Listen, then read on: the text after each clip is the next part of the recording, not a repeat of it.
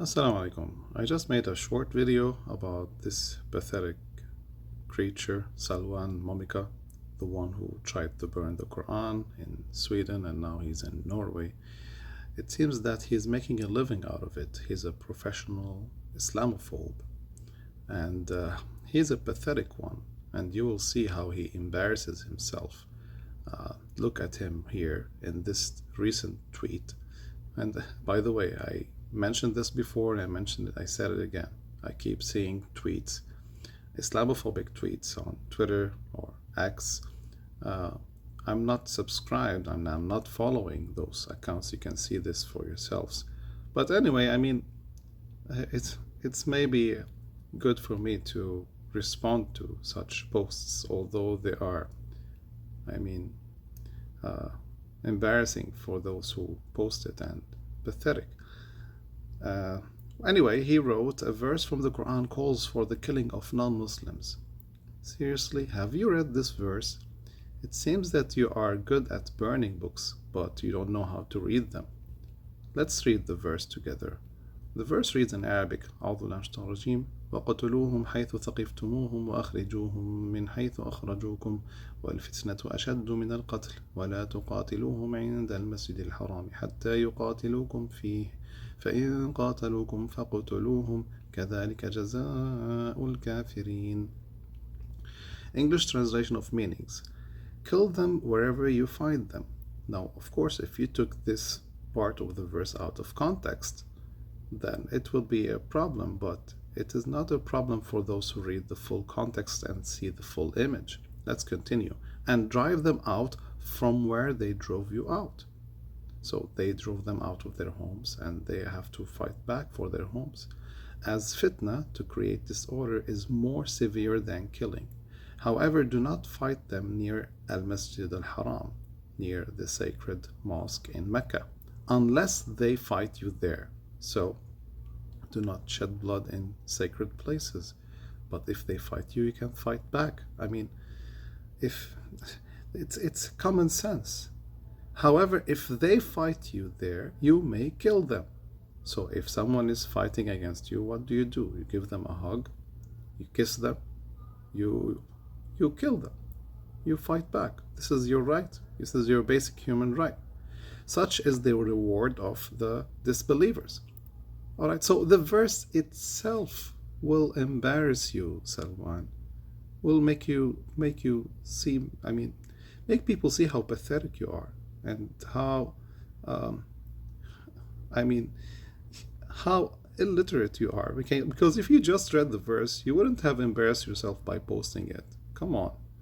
Now let's go to the Quran and read the verse before it and the verse after it to see the full context, to see that this verse, I mean, the verse itself is self-explanatory, and it shows that it is talking about enemy combatants, not civilians.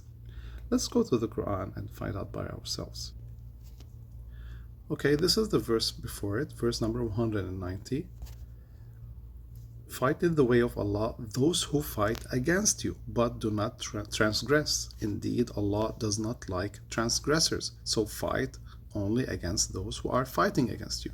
Do not transgress means do not attack peaceful ones. Do not attack civilians who are not fighting against you. It is very clear. The verse after it. And if they cease, then indeed Allah is forgiving and merciful. So if they stop, then stop.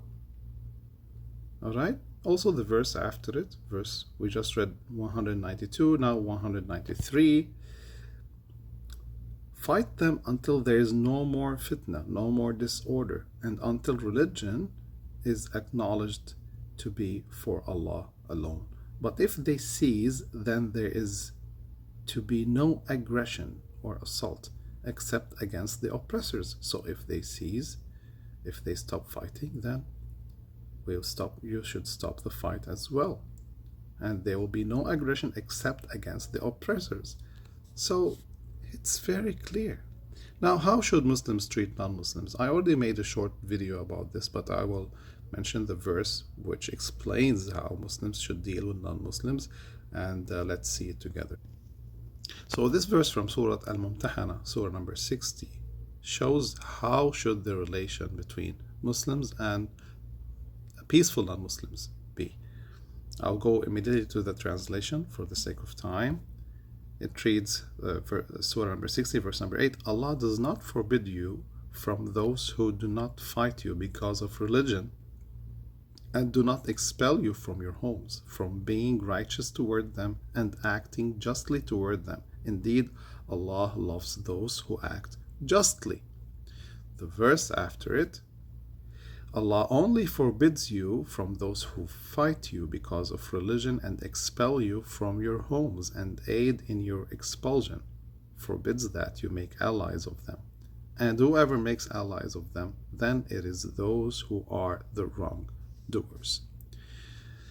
All right, we made this clear, and what really makes me sad is that many people are interacting with his tweet, as we can see, and many people are supporting him with their comments and so on and so forth. Like this guy, for example, the religion of peace, sarcastically. And this one here, they can't deny it, it's written on their charts, the so-called religion of peace. Well, I had to respond to them as well. I hope that they see these responses. May Allah guide them. Alhamdulillah, praise be to Allah, truth is very clear. Those who want to find the truth, they can find it. They can read for themselves and can see the full image. And thanks to those who are creating controversy by posting such Islamophobic and hate speech tweets and posts on X or other apps or pages, because these people are making people curious about learning about Islam.